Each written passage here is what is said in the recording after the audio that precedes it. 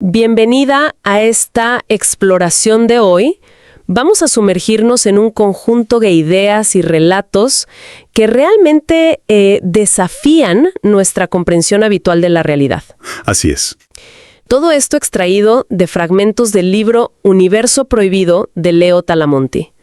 Un texto que, el escritor Dino Buzzati describió como contenedor de una cantidad increíble de hechos extraños, inquietantes y maravillosos. Una descripción muy acertada, la verdad. Nuestra misión, en esta inmersión es explorar esas diferentes facetas de la conciencia humana que parecen operar, más allá del ordinario. Nos basamos en los casos y conceptos que presentan estas fuentes. Claro. Y esto nos lleva a preguntas fundamentales, como ¿quiénes somos realmente? ¿Cuáles son los verdaderos límites de nuestras posibilidades? O sea, ¿en qué tipo de universo estamos viviendo? Exactamente. Y Talamonti plantea que las respuestas a esas preguntas dependen crucialmente del tipo de conciencia que estemos considerando. Ajá. No se refiere solo a nuestra conciencia de vigilia, la lógica, la que está atada a los 5 sentidos y al razonamiento lineal, digamos. La del día a día. Esa misma. Él sugiere que existe otra conciencia, una que se manifiesta a veces en sueños, en estados de trance o, en momentos espontáneos. Y que parece operar distinto. Sí, parece operar libre de las restricciones habituales del espacio y del tiempo. Qué interesante punto de partida. Talamonti contrasta entonces esta conciencia ordinaria, la que usamos todos los días, con esa otra, cuyos procesos mentales parecen escapar a la lógica común, ¿no? Exacto, y no dependen directamente de los sentidos físicos. Y señala algo que me parece crucial, que aunque estos fenómenos sean subjetivos, a veces sus efectos o la información que se obtiene, se pueden verificar objetivamente. ¿En el mundo exterior? Correcto. Y esta idea de una conciencia otra, no es nueva, ¿eh? Tiene ecos muy antiguos. ¿Cómo cuáles? Cita, por ejemplo, a Aristóteles, quien sugería que el yo del durmiente, al no estar dirigido por la voluntad consciente, puede volverse receptivo a impulsos de potencias superiores. O recuerda a la médium alemana Federica Haufe, quien en estado de trance decía, según el relato de Kerner, «Mi cerebro no sabe nada, es mi espíritu el que habla». Impactante. Apunta a una fuente de conocimiento o percepción distinta de la mente racional cotidiana. Claro. Y a lo largo del tiempo, esta especie de yo secreto o conciencia profunda ha recibido distintos nombres, ¿verdad? Sí, muchos. Se habla del huésped desconocido de Maeterlinck, el yo subliminal de Myers, ¿El yo trascendente de Novalis? O incluso la filosofía hindú que sugiere una conexión con la conciencia cósmica.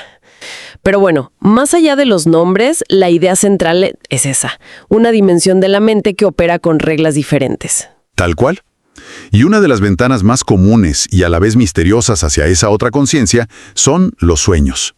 Talamonti recopila casos que van más allá de simples fantasías nocturnas. Menciona sueños que parecen captar una realidad distante. El caso de Garibaldi es notable, ¿no? Estando en el Océano Pacífico, soñó con el funeral de su madre el mismo día en que ella moría en Niza. Sí, el 19 de marzo de 1852. La coincidencia temporal y temática es impactante. ¿Cómo podría la mente dormida acceder a esa información? Es la gran pregunta. Exacto. Y no solo captan el presente distante, sino que a veces parecen advertir sobre el futuro. Premoniciones. Eso es. Talamonti relata el caso de un joven, Luigi D., que tuvo un sueño muy angustiante sobre algo terrible ocurriéndole en su cama. ¡Qué miedo! Tan vívido fue que decidió dormir en un diván en la habitación contigua. Y minutos después, el techo de su dormitorio se desplomó justo sobre la cama, vacía. Increíble. Salvado por un sueño. Sugiere que el yo profundo podría tener acceso a información sobre eventos futuros, aunque la conciencia de vigilia a menudo descarta estas intuiciones, ¿no? Claro, las ignora. Y también está el aspecto creativo, la resolución de problemas en sueños. Se dice que Esquilo afirmaba que la mente del durmiente tiene los ojos penetrantes. Cierto. Robert Louis Stevenson, por ejemplo, tuvo la idea central de Dr. Jekyll y Mr. Hyde a partir de un sueño aterrador. O el caso del asiriólogo Hermann Hilpert. Él estaba tratando de interpretar unos fragmentos de Ágata con inscripciones cuneiformes, basándose solo en dibujos.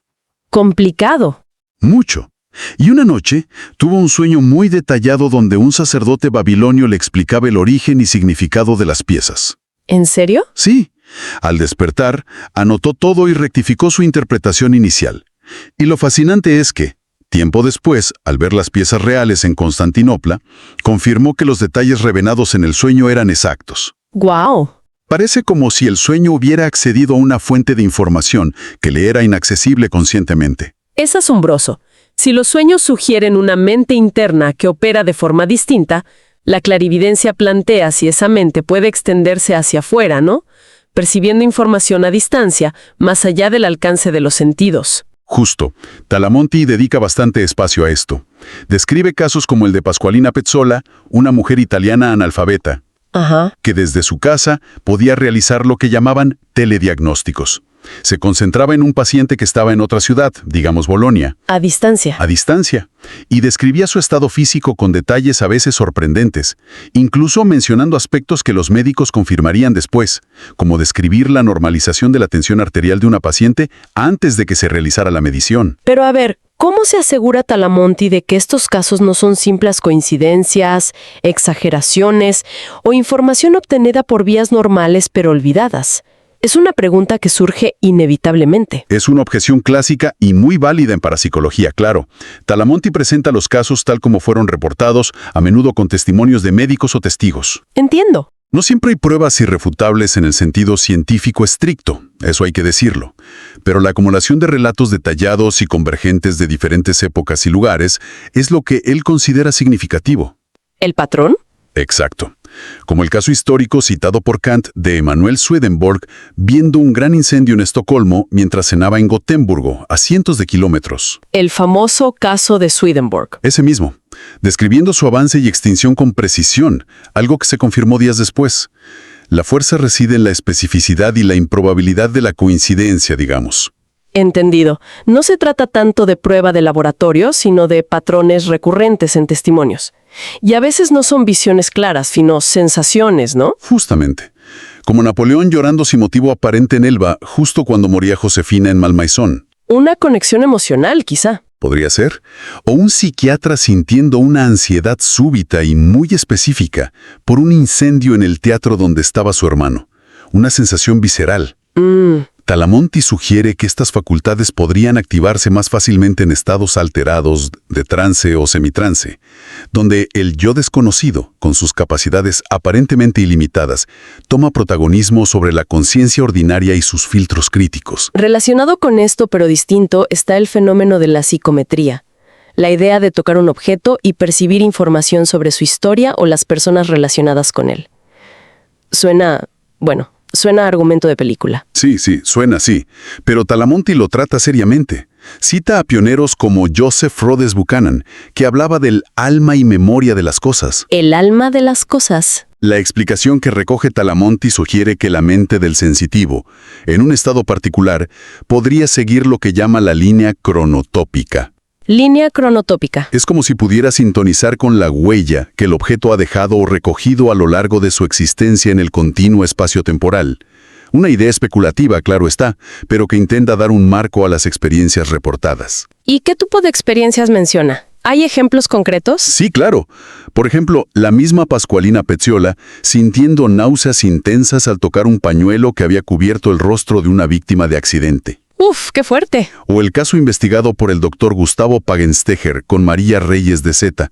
Al tocar un mensaje en una botella encontrado años después de un naufragio, ella revivió vívidamente la experiencia del náufrago, sintiendo su angustia, el frío, la sed, como si estuviera allí. Es como si el objeto fuera un disparador. Exacto, un catalizador para acceder a esa información pasada.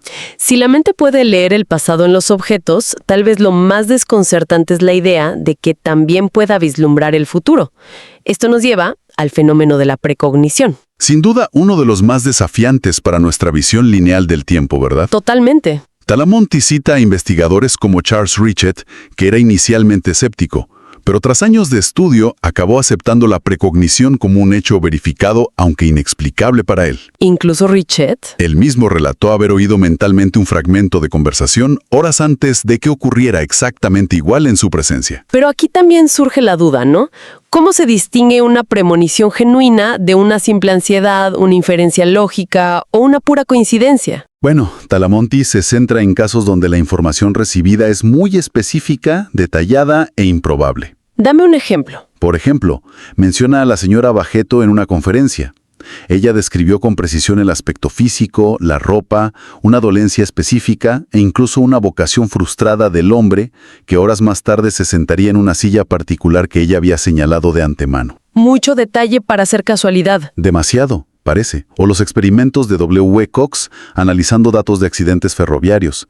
Él sugería que había significativamente menos pasajeros en los trenes que sufrían accidentes graves. ¿Cómo? Como si un número anómalo de personas hubiera cambiado sus planes a última hora, tal vez por una premonición inconsciente. ¡Qué curioso! Y claro, están las famosas premoniciones sobre el Titanic. Sí, Talamonti las recopila, desde la mujer desconocida que gritaba advertencias en el muelle, Sí, he oído esa historia. hasta predicciones evidentes como V.N. Turvey. Y especialmente el caso del periodista W.T. Stead, que viajaba en el barco. Que además había escrito sobre algo similar antes, ¿no? Exacto. Stead había recibido múltiples advertencias previas sobre un peligro marítimo en abril de 1912 e incluso había escrito él mismo un relato ficticio años antes sobre un transatlántico hundiéndose en el Atlántico tras chocar con un iceberg. Es la acumulación de señales lo que Talamonti resalta. Impresionante. Pasamos ahora a otro terreno igualmente polémico. La psicoquinesis. La posibilidad de que la mente influya directamente sobre la materia. Sí. Talamonti aborda esto desde varios ángulos. Por un lado, los fenómenos tipo poltergeist. Los clásicos ruidos y objetos que se mueven solos. Justo. A menudo centrados en un adolescente. Cita casos como el de Georges Bellon en Francia, en 1956, un niño cuyos sueños agitados parecían coincidir con objetos volando por la habitación. ¿Y cuál es la explicación que da? La hipótesis que recoge de investigadores como Nandor Fodor es que podrían ser manifestaciones externas de conflictos psicológicos internos, inconscientes del individuo focal. Entiendo. Pero, ¿no son estos casos a menudo atribuidos a fraudes o fenómenos naturales mal interpretados? Siempre está esa duda. Absolutamente. Y Talamonti no ignora esa posibilidad, para nada. Sin embargo, presenta casos investigados por autoridades, como el del taller de Carlos Riva, en Gerenzano, en 1957. ¿Qué pasó ahí? Policías presenciaron piedras que parecían llover dentro del local cerrado, cambiar de trayectoria en el aire o meterse solas en los bolsillos. ¿En serio? ¿Policías? Según los informes, sí. Y no encontraron explicación convencional ni pruebas de engaño tras semanas de vigilancia. El énfasis está en los casos que, resistieron el escrutinio inicial. Vale. Y más allá del poltergeist, ¿hay ejemplos de control consciente sobre la materia? Sí, menciona experimentos como los de J.B. Rhine, en la Universidad de Duke. Pedían a los sujetos que intentaran influir mentalmente en el resultado de dados lanzados mecánicamente. Los famosos experimentos con dados. Esos mismos. Rhine reportó resultados estadísticamente significativos, aunque pequeños, sugiriendo un posible efecto PECA, psicocinético. También relata anécdotas más espectaculares, claro, como las del doctor Gustavo Roll, de quien se decía podía hacer aparecer objetos o modificar la materia aparentemente por voluntad propia. Historias casi legendarias. Y incluso la posible influencia mental sobre procesos biológicos, como un estudio de McGill donde un curandero pareció acelerar la curación de heridas en ratones. Son ejemplos que Talamonti usa para sugerir que la influencia mente-materia podría ser real, aunque muy elusiva. Esto nos lleva a las habilidades extraordinarias, que a veces se asocian con la mediumnidad. Personas que en estados alterados parecen mostrar capacidades, asombrosas. Sí, Talamonti describe varias. La clarividencia aplicada a leer textos en sobres sellados o libros cerrados, por ejemplo. ¿Leer a través de sobres? Como demostraba Stefano Siołowski en Polonia. Respondía preguntas escritas en sobres antes de abrirlos, desconcertando a los científicos que lo observaban. Increíble. O la xenoglosia. Hablar o escribir en idiomas que la persona nunca ha aprendido conscientemente. Cita el caso de Laura Edmonds en el siglo XIX, que en trance hablaba lenguas desconocidas para ella. Hay que distinguir eso de la glosolalia, ¿verdad? Exacto. La glosolalia es hablar lenguas inventadas, como el famoso caso de Helen Smith y su idioma marciano. La xenoglosia implica un idioma real, pero desconocido para el hablante. ¿Y las materializaciones? El famoso ectoplasma. Eso suena muy del siglo XIX, muy espiritista. Sí, es uno de los fenómenos más controvertidos y difíciles de creer hoy en día, sin duda. Talamonti relata casos históricos donde médiums como Eusapia Paladino o Frane Kluski supuestamente producían esta sustancia visible, a veces tangible, El ectoplasma. de la que emergían formas o miembros. Menciona sesiones en Argentina con un médium llamado Don Luisito, presenciadas por un profesor donde aparecían figuras completas y reconocibles. Figuras completas. E incluso el caso del médium polaco Jan Guzik, de quien se decía podía materializar animales. Talamonti presenta estos relatos como parte del espectro de fenómenos reportados. Es consciente de su naturaleza extraordinaria y propensa al fraude, claro, pero argumenta que no todos los casos pueden descartarse tan fácilmente según las fuentes que él maneja. Entiendo. También menciona los prodigios del cálculo, como Shakuntala Devi. ¿Cómo encaja eso aquí? ¿No parece tan paranormal? Bueno, Talamonti sugiere que estos calculadores prodigio que realizan operaciones matemáticas complejísimas mentalmente y a una velocidad increíble, no lo hacen necesariamente a través de la inteligencia lógica consciente. Ah, vale. Shakuntala Devi misma lo vinculaba a un estado de concentración yógica, dharana, y otros calculadores prodigio tenían una inteligencia general normal o incluso baja. O sea que no es la inteligencia normal la que calcula. Eso apuntaría, según Talamonti, a que es el yo profundo, esa otra conciencia, la que realiza estas hazañas, accediendo a capacidades que la mente ordinaria no posee. Interesante perspectiva. El libro también se aventura en la mente animal. ¿Sugiere Talamonti que los animales también comparten estas capacidades? Sí, presenta anécdotas que sugieren que los animales también pueden exhibir formas de percepción extrasensorial o conexión profunda. ¿Cómo cuáles? El caso de Héctor, un terrier perdido en Vancouver, que según el relato, inspeccionó varios barcos hasta encontrar el que iba a Japón, donde estaba su amo. ¿Encontró el barco correcto? Aparentemente sí. O Amor, un perro en Copenhague, cuyo estado físico y anímico parecía reflejar exactamente la salud de su amo enfermo en Italia, y que sintió su muerte a distancia en el momento preciso. Eso sí suena a una conexión emocional muy, muy fuerte. Talamonti sugiere que esa capacidad de identificación profunda, de amor, podría ser un factor clave. Ajá. También introduce el concepto de una mente difusa o inteligencia colectiva. Usa el ejemplo de la construcción increíblemente compleja de un termitero, que ningún insecto individual podría planear. La inteligencia de la colmena, digamos. Algo así. Sugiere que los animales, en su comportamiento instintivo, podrían actuar como sonámbulos conectados a una inteligencia mayor, y que quizás sus habilidades psíquicas provengan de esa conexión, más que de una mente individual como la humana. Toda esta exploración por el universo prohibido de Talamonti nos deja ciertamente con un panorama lleno de fenómenos extraños y preguntas abiertas. Hemos visto sueños que parecen acceder a información remota, mentes que viajan o perciben a distancia. Objetos que guardan memorias. El futuro filtrándose en el presente, la materia cediendo al influjo mental. Y animales con conexiones inexplicables. Es mucho para procesar. La propuesta de Talamonti, a través de esta vasta colección de casos, es invitarnos a cuestionar los límites que solemos imponer a la realidad, y sobre todo, al potencial de la conciencia humana, y quizás no humana. Nos recuerda esa cita de Paul Eluard que usa como epígrafe: hay otros mundos, pero están en este. Exacto.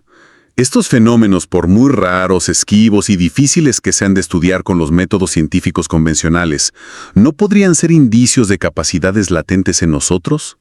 ¿De una conexión con el universo mucho más profunda e interconectada de lo que nuestra visión cotidiana y materialista suele admitir? Es la pregunta que deja en el aire. Queda flotando una reflexión final que emana de estas fuentes. Si la mente, bajo ciertas circunstancias aún mal comprendidas, puede realmente trascender las barreras aparentes del cuerpo físico, del espacio lineal y del tiempo secuencial, de las formas tan asombrosas que se describen. ¿Qué nos dice eso? Claro, ¿Qué nos dice eso sobre nuestra verdadera naturaleza y nuestro lugar en el tejido del cosmos? Es una invitación a seguir mirando hacia esas fronteras de lo posible, con curiosidad y, bueno, con mente abierta.